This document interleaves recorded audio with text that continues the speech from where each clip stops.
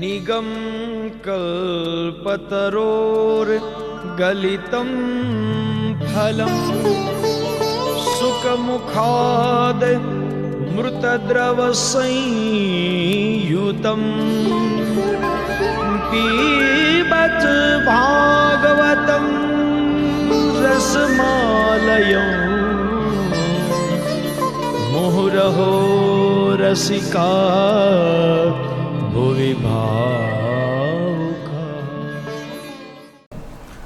वक्रतुण्ड महाकाय सूर्यकोटि समप्रभ निर्विघ्नं कुरु मे देव सर्वकार्येषु सर्वदा। सच्चिदानन्दरूपाय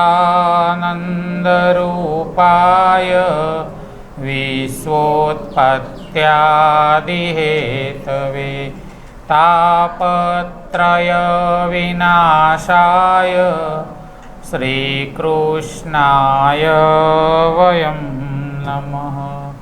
कृष्णाय वासुदेवाय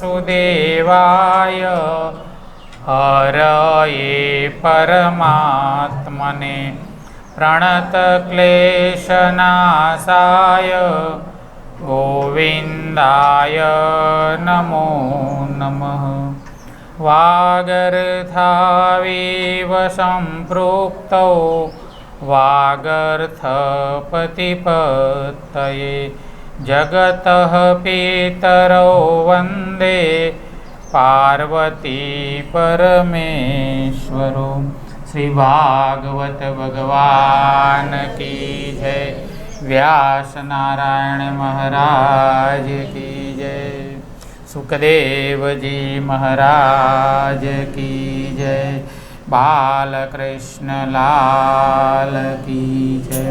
नमः पार्वती पतये हर हर महादेव हर। થોડોક સમય થયો પછી નારદજી પાછા કંસ રાજાને ત્યાં ગયા અને કંસને કહે છે કે હવે એમને લાગ્યું કે હવે સમય આવી ગયો છે, આ વાસુદેવે તારી જોડે દગો કર્યો છે, તમને ખબર નથી પણ ગોકુળમાં નંદ બાબાનો જે પુત્ર છે એ તારો કાળ છે, તારો કાળ તો ત્યાં એના ત્યાં મોટો થઈ રહ્યો છે, હવે ગમે એમ કરીને એને માર, નહીં તો પછી તારો કાળ આવ્યો સમજ. નારદજી અહીંયા કંસને આટલું કહી અને પછી ગોકુળમાં આવ્યા. આઈન કનૈયાને કહે છે કે બધું ગોઠવીને આવ્યો છું, જવાની કરો તૈયારી. ત્યાં જઈને બધું ગોઠવીને આવ્યો છું, હવે ગોકુળ છોડવાની તૈયારી કરો અને મથુરા જાઓ, કંસને મારવાની બધી તૈયારી થઈ ગઈ છે. એટલે પાછું જુઓ, હવે કંસે બ્રાહ્મણોને બોલાયા કે મારા દુશ્મનને મારે મારવો છે, એનું સારું મુહૂર્ત જોઈએ આપો. બોલો, કેટલા માણસો ખોટું કરવામાં એ પાછા મુહૂર્ત જોડાવતા હોય. સારું કરવામાં તો જોડાય પણ ખોટું કરવામાં એ જોડાવે. એટલે બ્રાહ્મણોએ કહ્યું કે એમ કરો, તમે યજ્ઞ કરો. જો સારું કાર્ય ખોટા હેતુને માટે કરવામાં આવે ત્યારે એનું ફળ એ પ્રમાણે મળે. કંસ રાજાને બ્રાહ્મણોએ કહ્યું કે તમે ધનુષ યજ્ઞનું આયોજન કરો, યજ્ઞમાં દર્શન કરવા માટે નંદ બાબાને આમંત્રણ આપો અને એમને ખાસ કહેજો કે તમારા 2 છોકરાઓને લઈને આવે. કાળ આવે ને જ્યારે, ત્યારે બુદ્ધિ બગડે, મૃત્યુ આવે એટલે સ્વભાવ બગડે, બધાની જોડે બગાડીએ ધીરે ધીરે. અને આપણે એને કેવું નામ આપીએ છીએ, માયા મુકાવે. આખી જિંદગી સારું સારું રહ્યા પછી બધાની જોડે બગાડે, એટલે ઘરના નહીં થાય કે વાહ બાપા કે બા જાય તો, અને જાય પછી દુઃખ ના થાય, જતા જતા એવા હેરાન કરી મૂક્યા હોય, બધું બદલાઈ ગયું હોય સ્વભાવ, એટલે કે માયા મુકાવે. હવે અહીંયા કંસ શું કરે છે, જાતે કાળને બોલાવે છે. તમે સમજો, અક્રૂરજીને ત્યાં ગયો અને અક્રૂરજીને કહ્યું છે કે આ સોનાનો રથ લઈને તમે ગોકુળમાં જાઓ અને નંદ બાબાને, કનૈયાને ને બલરામને તેડી લાવો. પોતાના શત્રુને, દુશ્મનને, કાળને એને સામેથી આમંત્રણ આપ્યું છે, સામેથી બોલાવ્યો છે. અને વિધાતાની એવી રચના હોય ને કે ગમે એટલી તૈયારી કરી હોય, ગમે એટલી બુદ્ધિ વાપરીએ, પણ અંતે ધાર્યું ધણીનું થાય. મેં જાણ્યું કે હું જ કરું, પણ કરતલ બીજો કોઈ, અણધાર્યું તે આગળ થાતું, ધાર્યું ધણીનું હોય. અત્યારે જો કે ધણિયાણીનું ધાર્યું થાય છે ઘર ઘરમાં, પણ કહેવત એવી છે કે કરતલ, મેં જાણ્યું કે હું જ કરું, પણ કરતલ બીજો કોઈ, અણધાર્યું તે આગળ થાતું, ધાર્યું ધણીનું હોય. એક સરસ મજાની વાર્તા છે નાનકડી, કે વ્યાસજીનો એક શિષ્ય હતો દાસ નામે, અને બહુ ગુરુની સેવા કરતો. એણે એક દિવસ વ્યાસજીને પૂછ્યું કે ગુરુજી, હું ક્યારે મરીશ તે મારે જાણવું છે. ગુરુજી કે બેસને છાનું માનું, આમાં કંઈ મજા નથી આ જાણવામાં. ભગવાને જે નક્કી કર્યું હોય તે બરાબર, પણ પેલો કે ના, આ મારે જાણવું છે. જુઓ, આવું કોઈને પૂછવું નહીં, કારણ મૃત્યુ તો માથે ભમતું જ રહેલું છે. એ ક્યારે આવશે એની કંઈ એ કરવાની જરૂર નથી, પણ પેલો માનતો નથી. એટલે વ્યાસજી કે ચલ ઠીક છે, તારી ઈચ્છા છે તો આપણે યમરાજાને પૂછવા જઈએ. પેલા શિષ્યને લઈને યમરાજાની પાસે આવ્યા. હવે યમરાજા કે આનું મૃત્યુ ક્યારે છે એ તો મૃત્યુદેવ જાણતા હશે, એનો વિભાગ મેં બીજાને આપ્યો છે, ચલો એની જોડે જઈએ. વ્યાસજી મૃત્યુદેવને લઈને એને લઈને મૃત્યુદેવની જોડે ગયા કે આનું મૃત્યુ ક્યારે છે. એટલે મૃત્યુદેવ કે જો આ એકાઉન્ટ છે ને વિધાતા જોડે છે, આ કોણ ક્યારે મળશે અને કેટલા દિવસનું એ ખાતું એની જોડે જોડાવવું પડે. તો ચલો કે આપણે બધા વિધાતા જોડે ગયા. વિધાતા જોડે ગયા. વિધાતા જોડે જઈને પૂછ્યું કે જુઓ ને જરા આનું મૃત્યુ ક્યારે છે. એટલે વિધાતા કે મેં અહીંયા એવું લખ્યું હતું કે જ્યારે આ તમારો શિષ્ય તમને, યમરાજાને અને આ મૃત્યુદેવને બધા સાથે લઈને 4 જણા સાથે ભેગા થઈને અહીંયા આવશો મને પૂછવા, એ દિવસ એના મૃત્યુનો દિવસ. કૃષ્ણ કનૈયા. હવે હખણો બેસી રહ્યો હોત ઘેર, જાતે કરીને 4ને ભેગા કર્યા. બોલો, આપણે એવા કામ કરીએ ને કે ભગવાનને ઘણું સારું કરવું હોય પણ કરવા ના દઈએ. વ્યાસજી કે કેમ આવું થયું? વિધાતા કે તમારો બહુ સારો શિષ્ય હતો અને તમારું સારું એવું કામ પણ કરતો, ભગવાનની સેવા કરતો, એટલે મેં એવું નક્કી કર્યું હતું કે આ જલ્દી મરે નહીં તો સારું, એટલે એનું મૃત્યુ એવું અટપટું રાખ્યું હતું કે આ 4 ભેગા થાય નહીં અને જલ્દી એનું મોત આવે નહીં. પણ એ જાતે 4ને ભેગા કરીને લઈને આવ્યો. બોલો, એટલે આપણે આ જાતે કરીને આવું બધું કરતા હોઈએ. ભગવાને ઘણું સારું કરવું હોય પણ આપણા કર્મ જ એવા આપણે એવું કરી મૂકીએ કે એ એમ જ નિમિત્ત થઈ જાય. હવે કંસે પોતાના કાળને આમંત્રણ આપ્યું, કનૈયાને આમંત્રણ આપ્યું કે મથુરામાં પધારો. અક્રૂરજી રથ લઈને ગયા છે, મથુરામાં ગયા છે. નંદ બાબાને કહ્યું કે કંસે ધનુષ્ય યજ્ઞનું આયોજન કર્યું છે અને તમને ત્યાં આમંત્રણ આપ્યું છે. તમારા આ દીકરાઓ 11 વર્ષના થયા છે. કૃષ્ણ ત્યારે 11 વર્ષના છે, પણ હજુ સુધી મથુરામાં આવ્યા નથી. તેમના માટે ખાસ સોનાનો રથ મોકલ્યો છે, એમાં બેસીને તમે આવો. યશોદામાં કહે છે કે ઊભા રહો, મને કંઈક આમાં વહેમ લાગે છે. માનું હૃદય છે ને એને અગમના એધાણ થઈ જાય, એને ખબર પડી જાય આ કંસ પાપી છે, કપટી છે, અને તમારા માટે આજે આટલું બધું માન આવી ગયું, સોનાનો રથ મોકલ્યો છે લેવા માટે. તમે એના રથના આ સોનામાં લોભાઈ ના જશો, કંઈક અવળું થશે. પણ ત્યાં આનંદ બાબા કહે છે કે એનો બહુ ભાવ છે અને યજ્ઞનું આમંત્રણ આપ્યું છે એટલે આપણે જવું તો પડે. માનો જીવ ચાલતો નથી, કનૈયાને છોડવાને માટેનો જીવ ચાલતો નથી. બહુ રડે છે, બહુ સમજાવે છે. આખું ગોકુળ આજે ગાંડું થયું છે. દરેકને એક અંદરથી, કારણ કે એક ક્ષણ માટે પણ કનૈયાને દૂર કરવાનું કોઈને ગમતું નથી. હવે મથુરા જશે, થોડાક દિવસ માટે જવાનો છે, ત્યારે તો ખબર નથી કે આ પાછો નથી આવવાનો, પણ અંદરથી કંઈક ડર છે, અગમના એધાણ વર્તાય છે. અપશુકન થાય છે, અમંગળ લાગે છે કે કનૈયો આજે જશે અને કદાચ પાછું નહીં આવે તો. અને જુઓ, જે બહુ વહાલું હોય ને, જેના ઉપર બહુ પ્રેમ હોય ને, એના માટે કંઈક ખોટું થવાની આશંકા વધારે લાગે. દીકરો જ્યારે બહાર જાય, બહારગામ જાય, ત્યારે રાત્રે પાછો ના આવે ત્યાં સુધી બાને ઊંઘ ના આવે. દરરોજ નોકરી જતો હોય, દરરોજ એટલા વાગે આવતો હોય, પણ બા એની રાહ જોઈને બેસે કે ક્યારે આવશે ને ક્યારે આવશે. એટલે અતિશય જ્યાં પ્રેમ હોય ત્યાં આવું અમંગળ લાગે, ડર લાગે, કંઈક ખોટું થવાનો ડર લાગે. સવારનો સમય થયો, યશોદાએ કૃષ્ણ બલરામને તૈયાર કર્યા છે. માતા રડતા જાય છે અને તૈયાર કરે છે. કનૈયો એને સમજાવે છે કે મા, તું રડીશ નહીં, તને રડતી જોઈને મને પણ દુઃખ થાય છે. પોતાના હાથે સામગ્રી તૈયાર કરીને એને ખવડાવે છે. આંગણામાં રથ તૈયાર ઊભો છે. અક્રૂરજી રથમાં આમને બેસાડે છે.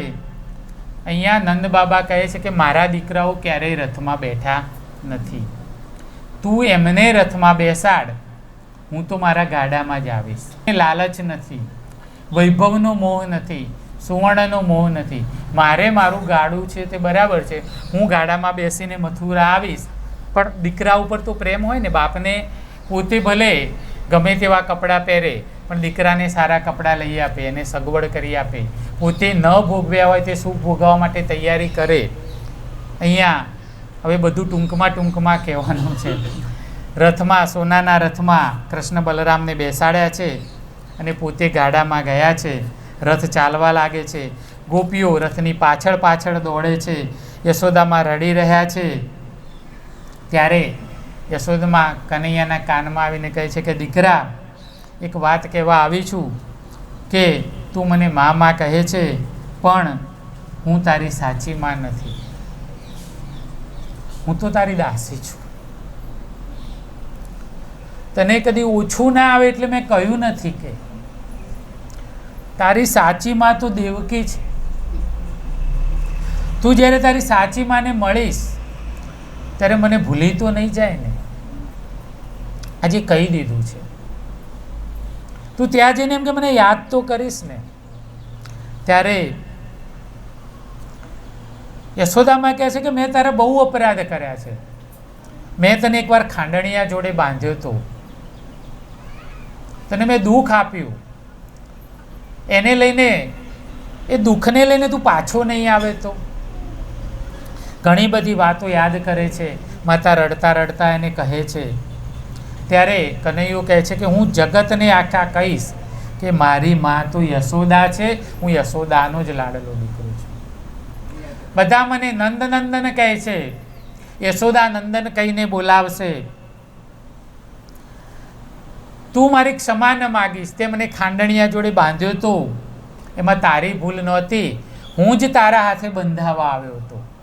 મને બાંધવા તો આખું જગત તૈયાર છે, પણ હું કોઈનાથી બંધાતો નથી. માં, હું તારા પ્રેમથી બંધાયો છું. તારું શરીર સાચવજે, ગાયોને સાચવજે.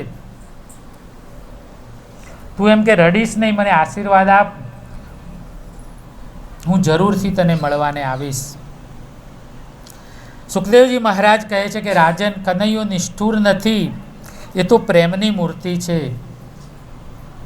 કૃષ્ણનો રથ ચાલ્યો છે, ગોપીઓ રથ પાછળ દોડતી દોડતી જાય છે. આ પ્રેમની અહીંયા પરાકાષ્ઠા છે. પછી ગોપીઓ બધી ઘરે આવી છે. એક એક ગોપીના હૃદયમાં શ્રી કૃષ્ણએ પ્રવેશ કર્યો છે અને એક એક ગોપીને કાનમાં કહે છે. ભગવાને અદ્ભુત લીલા કરી છે. એક એક ગોપીના ઘરે ગયા છે. કૃષ્ણ મથુરા ગયા છે, પણ એક એક ગોપીના ઘરે ગયા છે. કોઈને જઈને કહે છે કે મને તારા પાલવમાં સંતાડી દે, એટલે અક્રૂર કાકો મને લઈ ના જાય. અને કોઈને કહેતી નહીં કે હું તારા ઘરે છું. એટલે પેલી ગોપીને એમ કે કનૈયો મારા ઘરે આવ્યો, સંતાઈ જા. બીજાના ઘરે જઈને કહ્યું છે કે તારા ઓરડામાં મને સંતાડી દે, મારી માં કોઈ શોધવા આવે. કોઈને કહેતી ને હવે તો હું તારા જોડે જ રહેવાનું છું. ગોપી કે સંતાઈ જા. કોઈને કે તારા ગમાણમાં સંતાડી દે, કોઈને કે તારા ખાંડણિયાની પાછળ સંતાડી દે. પ્રત્યેક ગોપીના ઘરે આ રીતે ભગવાન ઘરે ઘરમાં ગયા છે. દરેકને એમ લાગે છે કે કનૈયો મારો છે, મારી સાથે છે, મારી પાસે છે. કૃષ્ણ ગોકુળ છોડીને મથુરા ગયા જ નથી. પ્રત્યેકના હૃદયમાં ભાવ છે. આ બાજુ કૃષ્ણને વિદાય આપવા સિવાય આપણે છૂટકો નથી. એમને આપણે મથુરામાં પહોંચાડવા જ પડશે. નંદ બાબા એમને લઈને, કનૈયાને લઈને મથુરામાં આવ્યા છે. મથુરામાં એમના ઉતારાને માટે, નંદરાયને રહેવાને માટે કંસરાજાએ સારામાં સારી વ્યવસ્થા કરી છે. પણ જે સંત હોય ને એને સુખ સાહેબીનું સગવડનું મોહ ના હોય. એમણે કહ્યું કે મારે મહેલમાં રહેવું નથી, અમે એમાં ટેવાયેલા નથી. ગામની બહાર બગીચામાં એમણે ઉતારો કર્યો છે. ગામની બહાર રહ્યા છે. સવાર થયો ત્યારે સવાર પડી એટલે કનૈયાને કહે છે કે જાઓ તમે ને બલરામ મથુરામાં આંટો મારી આવો. અને આ બાળ મિત્રો પણ જે થોડાક સાથે આવ્યા છે એમને મથુરા બતાવ્યો. પણ તોફાન કરતા નહીં. તમે જ્યાં જાઓ ત્યાં કંઈકનું કંઈક તોફાન કરો છો, હવે બહાર જઈને કંઈ તોફાન કરતા નહીં. અને પાછા ધ્યાન રાખજો, આ તો શહેર છે, આપણું ગામડું નથી. ગોકુળમાં જેમ આખો દિવસ કનૈયાની જય બોલાયા કરો છો ને, આ કંસનું રાજ્ય છે. અહીંયા તમે કનૈયાની જય બોલાવશો તો કંસને ગમશે નહીં. આવું બહુ સમજાવીને મોકલ્યા છે. હવે આ તો મથુરામાં ફરવા લાગ્યા.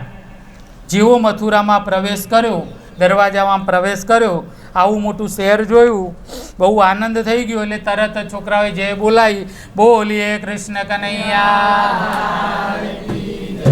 અને મથુરામાં કનૈયાનો પ્રવેશ જય જયકાર સાથે થયો.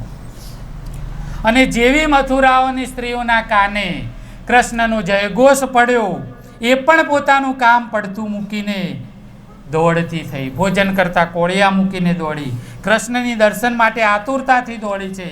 ધાવતા બાળકને મૂકીને દોડી છે. છોકરો તો રોજનો છે, પણ આ કનૈયાના દર્શન ક્યાં રોજના થવાના છે?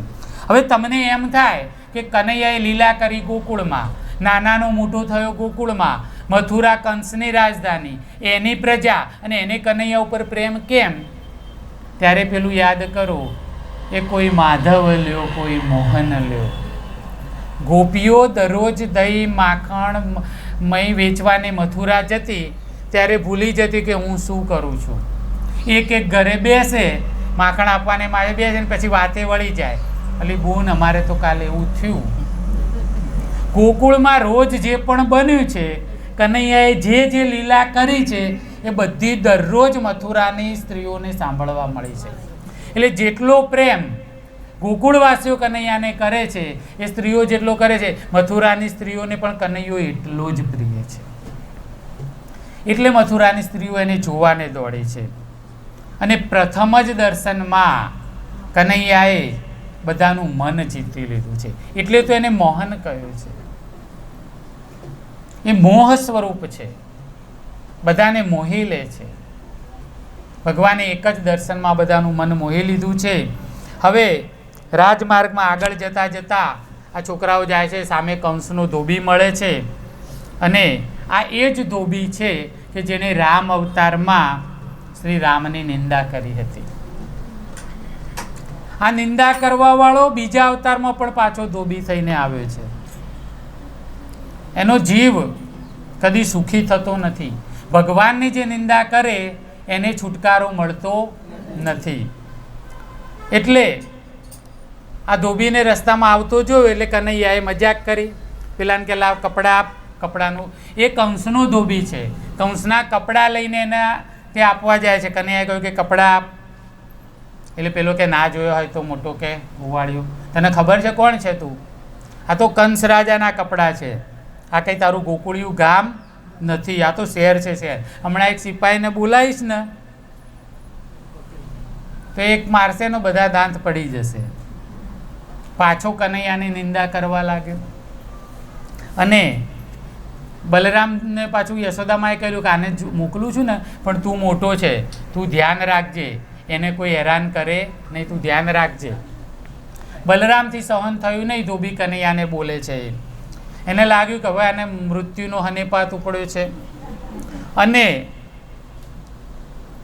આમ ઇશારો કર્યો બલરામે કનૈયાને કે એક ઈશારો બલરામે કર્યો અને કનૈયાએ માત્ર એક જ થપ્પડ બરાબરની આપી, ધોબીના રામ રમી ગયા અને પોટલા મૂકીને એના સેવકો ભાગ્યા. કહેવાનું તાત્પર્ય, માણસ જે અંગથી પાપ કરે છે ત્યાં એને સજા મળે છે. આ મોઢા વડે એને રામ અવતારમાં રામજીની નિંદા કરી, એ મુખ વડે કૃષ્ણાવતારમાં એને કૃષ્ણની નિંદા કરી અને એક જ થપ્પડમાં એ જ મોઢું ભગવાને ભાગ્યું છે. બોલીએ કૃષ્ણ કનૈયા. પોટલા મૂકીને એના સેવકો ભાગ્યા. કનૈયાને ચોરી કરવાની ટેવ પડી છે. પોટલા ખોલ્યા અને બધા છોકરાઓને કે લો આમાંથી ગમે એ કપડાં પહેરો. બધા ભાઈબંધોને આપણે જોયું કે ગોકુળમાં રહ્યા ત્યાં સુધી કાળી કામડી ઓઢી છે, સિવેલા વસ્ત્રો પહેર્યા નથી, જરી ભરતના કપડાં પહેર્યા નથી, મોજડી પહેરી નથી, બધા ગોવાળની જેમ જ રહ્યા છે. આ પોટલા ખોલ્યા અને બધાને કે પહેરો. અને કનૈયાની લીલા છે ને, કેવું થાય, જેના હાથમાં જે કપડું આપ્યું ને એના જ માપનું. બધા ગોવાળોને, બધા બાળકોને જે ઉચકી ઉચકીને કનૈયા એમ હાથમાં આપ્યા ને, અને ભગવાન આપે એટલે એના જ માપના નીકળ્યા. બોલો, બધાને માપના કપડાં આવી ગયા. પોતે પણ સરસ મજાના કપડાં પહેર્યા, બલરામે પહેર્યા, બધાએ સરસ મજાના કપડાં પહેર્યા અને આમ મથુરામાં ફરતા ફરતા આગળ જાય છે. ત્યાં કુબજા મળી સામે, 3 અંગે વાંકી. આ કુબજા કંસના માટે ચંદન લઈને જાય છે, ચંદનનો લેપ કરવાને માટે. ત્યારે એણે આ કનૈયાને સામે આવતા જોયો. જો ચંદન અને વંદન મનુષ્યને નમ્ર બનાવે છે. કનૈયાને સામે જોઈને એની માયામાં એવી પડી છે કે પોતે રાજાના માટે ચંદન લઈ જાય છે. એ કુબજા ભૂલી ગઈ અને એને ચંદનનો લેપ એને સીધો જ કનૈયાને કર્યો. જેવું ચંદન કર્યું, વંદન કર્યું, પરમાત્મા બંધનમાં આવ્યા. પ્રણામથી પ્રસન્ન થાય છે પરમાત્મા. ભગવાને કહ્યું કે તે મને ઠંડક આપી છે, મને પ્રસન્નતા આપી છે, એટલે તારો ઉદ્ધાર કરવો રહ્યો. કુબજા 3 અંગે વાંકી. કુબજા એટલે બુદ્ધિ. આપણી બુદ્ધિ 3 ઠેકાણે વાંકી છે, કામ, ક્રોધ અને લોભમાં. જેની બુદ્ધિ વાંકી એનું મન વાંકું, મન વાંકું એની આંખ વાંકી, અને આંખ વાંકી એનું જીવન વાંકું. પાપ અહીંયાથી પ્રવેશે ને, અજામિલના આખ્યાનમાં આપણે જોયું હતું, આંખથી પાપનો પ્રવેશ થાય છે. એટલે આંખ ખોટું જુએ છે એટલે જીવન બગડે છે. આ કુબજા 3 રીતે વાંકી છે. ભગવાન એનો ઉદ્ધાર કરવાના માટે એના પગ ઉપર પોતાનો પગ મૂક્યો, અંગૂઠો દબાવ્યો અને એક હાથે આમ કરીને એને ખેંચી 3 કડાકા બોલ્યા અને કુબજા સીધી થઈ ગઈ, સુંદર થઈ ગઈ, સ્વરૂપવાન થઈ ગઈ. ભગવાને અહીંયા લીલા કરી અને કુબજાનો ઉદ્ધાર કર્યો. બોલીએ કૃષ્ણ કનૈયા. ધોબીનો ઉદ્ધાર કર્યો, કુબજાનો ઉદ્ધાર કર્યો. પાછા બજારમાં આગળ જાય છે. ત્યારે બજારમાં ગુછ્યા છે, વાણિયાઓની દુકાન છે. અને વાણિયાઓ જુઓ, આગળ બુદ્ધિ વાણિયો અને પાછળ બુદ્ધિ, શું કહે છે કહેવતમાં, સમજી ગયા? બોલું કે આગળ બુદ્ધિ વાણિયો અને પાછળ બુદ્ધિ બ્રહ્મ. બુદ્ધિમાં વાણિયો આગળ રહી ગયો, બ્રાહ્મણો પાછળ રહી ગયા. વાણિયાઓએ વિચાર કર્યો દુકાનમાં બેઠો બેઠો કે આ નંદ રાજાનો છોકરો જે અહીંયા આવ્યો છે અને આટલા બધા પરાક્રમો કર્યા છે, કાલ ઉઠીને આગળ જતાં એવું લાગે છે કે આ કદાચ કંઈક મોટો માણસ બનશે, એની પાછળ થોડો ખર્ચો કર્યો હોય તો કામ લાગે. વાણીઓ બુદ્ધિથી પૈસાનું રોકાણ કરે, ગમે ત્યાં ન ફેંકી દે. એટલે વાણિયાઓ પાછા બોલવામાં પણ ચતુર, પોતાની બુદ્ધિનો ઉપયોગ પૈસા કમાવાને માટે કરે. એટલે ભગવાન અને જ્યાં કનૈયો નીકળ્યો છે ત્યાં બધા હાથ જોડી જોડીને દુકાનમાંથી બોલાવે છે, આવો ને મારી દુકાનમાં આવો ને, બેસો ને, આ દુકાન તમારી જ છે. આપણે નહીં ભગવાન કહેતા ભગવાન બધું તારું છે, આવો બેસો, તમારી જ છે દુકાન, આ બધું તમારું જ છે, આવો બેસો. એમ અંદર બેસાડે છે અને આપે છે શું ખબર, ખાલી 500 પારી. બધું તમારું છે કહીને આપણે ભગવાનને કે બધું તમારું છે કહી અને માંડ રૂપિયો મૂકીએ. પહેલાં પણ કહ્યું ને, જો બધું જ તારું છે તો છોડી બતાવતું, અને તારું નથી તો છોડીને આવતું. જો આપણું હોય તો છોડવામાં કોને પૂછવાનું? આપણું હોય તો છોડી શકે, અને આપણું નથી તોય કોને પૂછવાનું? એટલે વાણિયાઓએ ભગવાનને રાજી કરવા ખાલી પાન સોપારી આપી અને ફૂલની માળા આપી, બીજું કંઈ આપ્યું નહીં. પણ ભગવાન છે ને, થોડુંક પણ આપો ને તો ઘણું કરીને આપે છે. છતાં પણ પરમાત્મા પ્રસન્ન થયા અને કહ્યું કે તમારી શું ઈચ્છા છે એ તે માગી લો. વાણિયા કે ભગવાન અમારી તો એક જ ઈચ્છા છે કે લક્ષ્મી સદા અમારા ત્યાં વાસ કરે. માગી લીધું તરત, એમાં વાર લાગે નહીં. વાણિયાઓએ લક્ષ્મી માગી તરત જ, અને ભગવાન જેવા નીકળ્યા ત્યારે પેલું લક્ષ્મી આવશે કહ્યું એટલે ગરાગી વધવા લાગી. ભગવાન જ્યારે નીકળ્યા ત્યારે એમની સામે જોવાનો પણ ટાઈમ નથી. જે વાણિયા વૃત્તિનું થાય તે આવો થાય. વેપારી એટલે વાણિયો, પછી એમાં નાત જાત. સવારમાં દુકાન ખોલે, મંદિરનો પડદો ખોલે, ભગવાનની દીવો કરી અને પછી પડદો પાડી દઈએ. જો બધી દુકાનવાળા પછી મંદિરનો પેલો પડદો પાડી દે, પછી ભગવાન તમારે જોવાનું નહીં હું શું કરું છું. પછી વાણિયાઓની દુકાને ગ્રાહક આવ્યા, ભગવાન કે પૂછે છે પેલા વાણિયાને કે આ કંસના ધનુષ યજ્ઞ બાજુ જવાનો રસ્તો કયો છે? વાણિયા કે ખબર નથી, આગળ પૂછજો ને. હવે ધંધામાં લાગી ગયા. ભગવાન મથુરા પધાર્યા ત્યારે વાણિયાઓએ ભગવાનને પાન સુપારી આપીને લક્ષ્મીજી માગી લીધા. પણ અહીંયા ભાગવત પ્રમાણ છે, ભાગવતજી કહે છે કે બ્રાહ્મણો અક્કડ બેસી રહ્યા, ભગવાનને કંઈ આપ્યું નહીં. એ દિવસથી લક્ષ્મીજીએ નક્કી કર્યું કે બ્રાહ્મણના ઘેર જતા નથી. અને વાણિયાએ લોભ વૃત્તિથી તો લોભ વૃત્તિથી હાથ તો આમ કર્યો ને, આપણે કાલે જોયું હતું ને પેલી વાર્તામાં, હાથ તો આમ થયો ને, એટલે ભગવાને એને સંપત્તિ આપી છે. હવે આગળ ચાલતા ચાલતા ધનુષ યજ્ઞ એને જ્યારે કંસને બ્રાહ્મણોને પૂછ્યું ત્યારે એમને જે યજ્ઞ કરવાનું કહ્યું તેને યજ્ઞ માટે અમને બોલાવ્યા હતા. યજ્ઞ 3 દિવસનો હતો. એ 3 દિવસના યજ્ઞ જો કેમ કે તારો આ પાર પડી જાય તો સમજજે કે તારો વાળ પણ વાંકો થશે નહીં. અને ત્યાં એક મોટું ધનુષ્ય રાખવામાં આવેલું અને યજ્ઞનું નામ હતું ધનુષ્ય યજ્ઞ. પણ જો આ ધનુષ્ય યજ્ઞનો ભંગ થયો તો સમજજે કે પછી તને કોઈ બચાવવા વાળું છે નહીં. આ કનૈયો પેલા બધાને લઈને ચાલતો ચાલતો ધનુષ્ય યજ્ઞના મંડપમાં ગયો. એને તો બધી ખબર જ હતી. રમતો રમતો ગયો અને જઈને ધનુષ્ય યજ્ઞમાં રાખેલું ધનુષ્યનો એને ભંગ કર્યો. કંસના ધનુષ યજ્ઞના ધનુષનો ભંગ થયો, યજ્ઞનો ભંગ થયો, યજ્ઞ નાશ પામ્યો, દોડાદોડ મચી ગઈ, હાહાકાર થયો. કંસના સેવકોએ દોડતા જઈને કંસને સમાચાર આપ્યા કે યજ્ઞનો ભંગ થયો છે. હવે કંસના ટાંટિયા ધ્રુજવા લાગ્યા. હવે અમંગળના એધાણ આવ્યા. હવે ખબર પડી કે હવે મને કોઈ બચાવે તેવું રહ્યું નથી. એણે બીજા દિવસે સભા માટે એના 2 મલ્લને તૈયાર કર્યા, ચાણૂર અને મુષ્ટિ એને તૈયાર કર્યા કે કાલે ગમે તે થાય અહીંયા રાજ્યસભામાં આ કૃષ્ણ અને બલરામને તમે કુસ્તીના અખાડામાં લાવો, દગો કરો, ગમે તે કરીને એને તમે મારો. બીજા દિવસે રાજ્યસભા ભરાઈ છે. અખાડામાં ચાણૂર અને મુષ્ટિક મદિરાપાન કરીને બેઠા છે અને કનૈયોને બલરામને બધા આમ બધું કુસ્તી જોવા માટે બેઠા છે.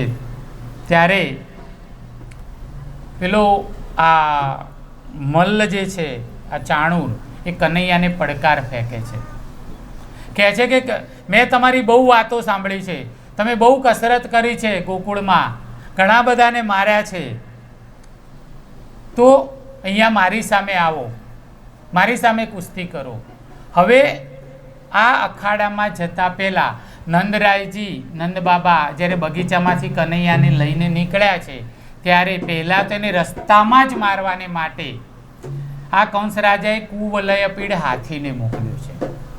હાથીને ગાંડો કરીને મોકલ્યો છે આ છોકરાઓને કચડી નાખવાને માટે. પણ જેવા કંસ ને બલરામ જાય છે અને સામેથી હાથી આવે છે, એક જ મુષ્ટિના પ્રહારે એણે આ હાથીનો વધ કર્યો છે, એનો મોક્ષ કર્યો છે.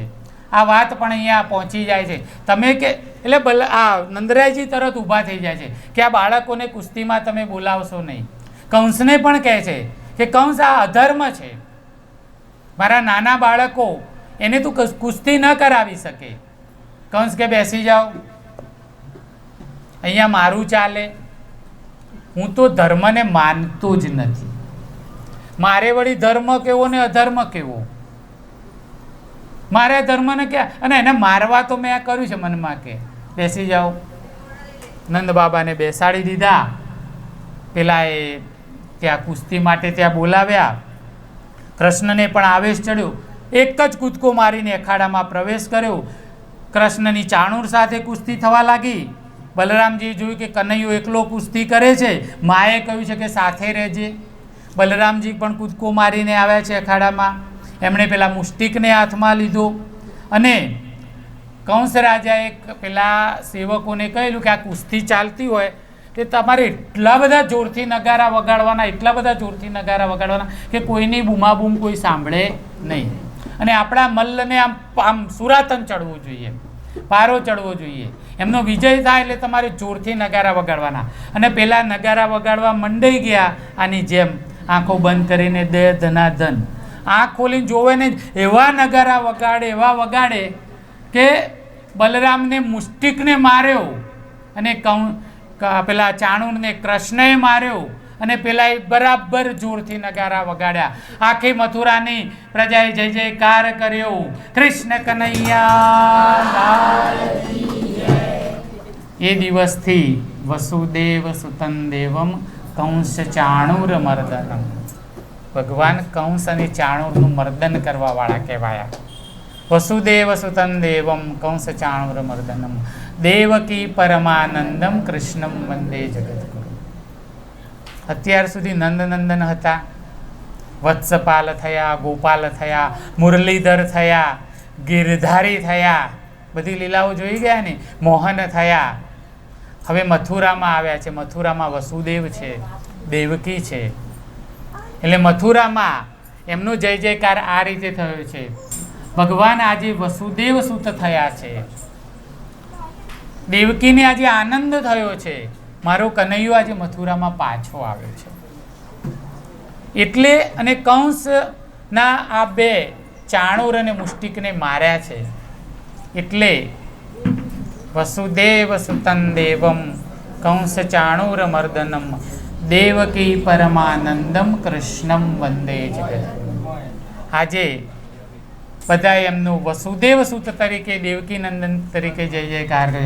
બોલીએ રાધા વલ્લભ લાલ કી જય. હવે ત્યાં ચાણૂર અને મુષ્ટિકનો વધ થયો છે. બધા ઊભા થઈ ગયા છે.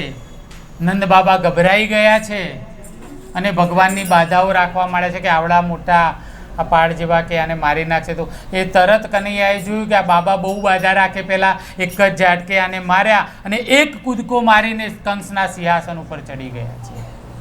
એક જ કૂદકો મારીને એના સિંહાસન ઉપર ચડીને છાતી પકડીને એને પછાડ્યો છે અને એક જ ઝાટકે કંસનો વધ કર્યો છે. કૃષ્ણ કનૈયા. કંસના મૃત્યુથી બધાને આનંદ થયો. જુઓ, રાજાધિરાજ છે. નંદ બાબા તો એને કર ચૂકવે છે. કંસના રાજ્યમાં, કંસના સૈનિકોની વચ્ચે, એના કુટુંબ પરિવારની સામે, બધાની વચ્ચે એના સિંહાસન ઉપર ચડીને ભગવાને એનો વધ કર્યો છે. છતાં એક પણ સૈનિકે દોડીને કનૈયાને પકડ્યો નથી. નહીં તો એના સૈનિકો હોય, એના અંગરક્ષકો હોય, સેવકો હોય, એના સુધી પહોંચવા દે. આ બે કોડીના મંત્રીઓ નીકળે તો આગળ 4 ગાડીને પાછળ 4 ગાડીને રસ્તો બંધ કરાવે ને કેટલી તો સિક્યોરિટી. 5 વર્ષ માટે ચૂંટાયા, કાલ આવશે કે નહીં ખબર નહીં. આટલી સલામતી, ત્યારે આને શું ન હોય. પણ પ્રજા એટલી ત્રાસી ગઈ હતી, એનાથી મુક્તિ ઈચ્છતી હતી, એટલે કોઈએ એનો સાથ આપ્યો નથી. એટલે બધાને આનંદ થયો. બધાએ કનૈયાનો જય જયકાર કર્યો. માત્ર કંસની રાણીઓને દુઃખ થયું છે. કનૈયો મામી પાસે ગયો, પોક મૂકી. ઓ મારા મામા રે, શું કહું કે મામી, હું તો કૂદીને નમસ્કાર કરવા ગયો ને મામાનું હાર્ટ ફેલ થઈ ગયું. ખબર નહીં મામાને કોઈ એવી બીક બતાવી હતી કે તારો કાળ આવશે ને તને મારશે. આ પેલા મને મારવા આવ્યા તો એને માર્યા એટલે બચીને હું તો કૂદકો મારીને એના ખોળામાં બેસવા જતો હતો, પણ જેવો હું ગયો ને એમનું હાર્ટ ફેલ થઈ ગયું. એને બહુ આવડે ને નાટક કરતા. જુઓ, શ્રી કૃષ્ણ પરમાત્મા છે, પરમાત્મા નિર્દોષ છે, તે કોઈને મારતા નથી, એ તો બધાને તારે છે. રામાયણમાં મંદોદરીએ રામને ન્યાય આપ્યો છે. એને રામને કહ્યું કે તમે રાવણને નથી માર્યો, રાવણ એના પાપે મર્યો છે. એમાં કંસની જે રાણી છે અસ્થિ અને પ્રાપ્તિ, એ પણ કહે છે કે તારા મામા એ બહુ પાપ કર્યા છે, બાળ હત્યાઓ બહુ કરી છે, એમના બાળ હત્યાના પાપથી મર્યા છે, કનૈયા તારો કોઈ એમાં વાંક નથી. અને આમ પછી આપણે અગાઉ કથામાં જોઈ ગયા કે કંસે એના પિતાને ઉગ્રસેનને કેદ કરીને એનું રાજ્ય પડાવી લીધેલું. કંસનો વધ થયો અને કનૈયાએ ઉગ્રસેનને રાજ્યાભિષેક કર્યો છે. કૃષ્ણ કનૈયા લાલ કી જય.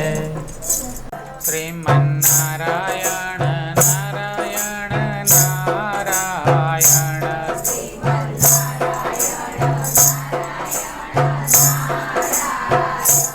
બદ્રી નારાયણ નારાયણ નારાયણ.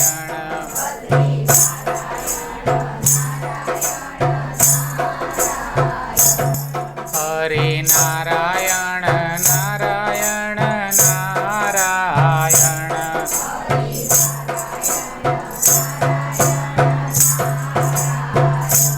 આદિ નારાયણ નારાયણ નારાયણ.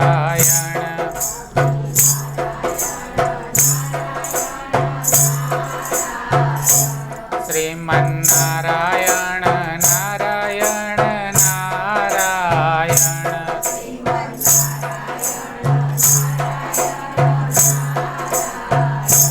સૂર્ય નારાયણ નારાયણ નારાયણ.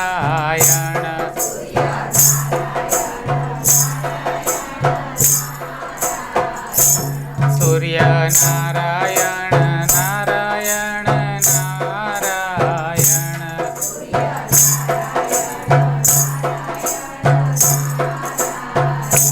ચંદ્ર નારાયણ નારાયણ નારાયણ.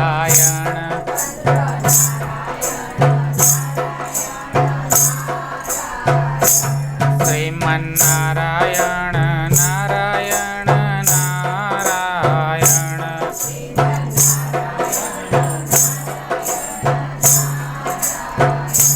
બદ્રી નારાયણ નારાયણ નારાયણ.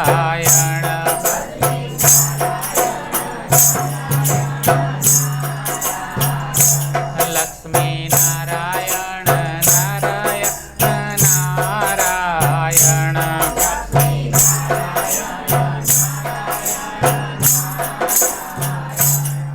કૃષ્ણ કનૈયા લાલ કી જય.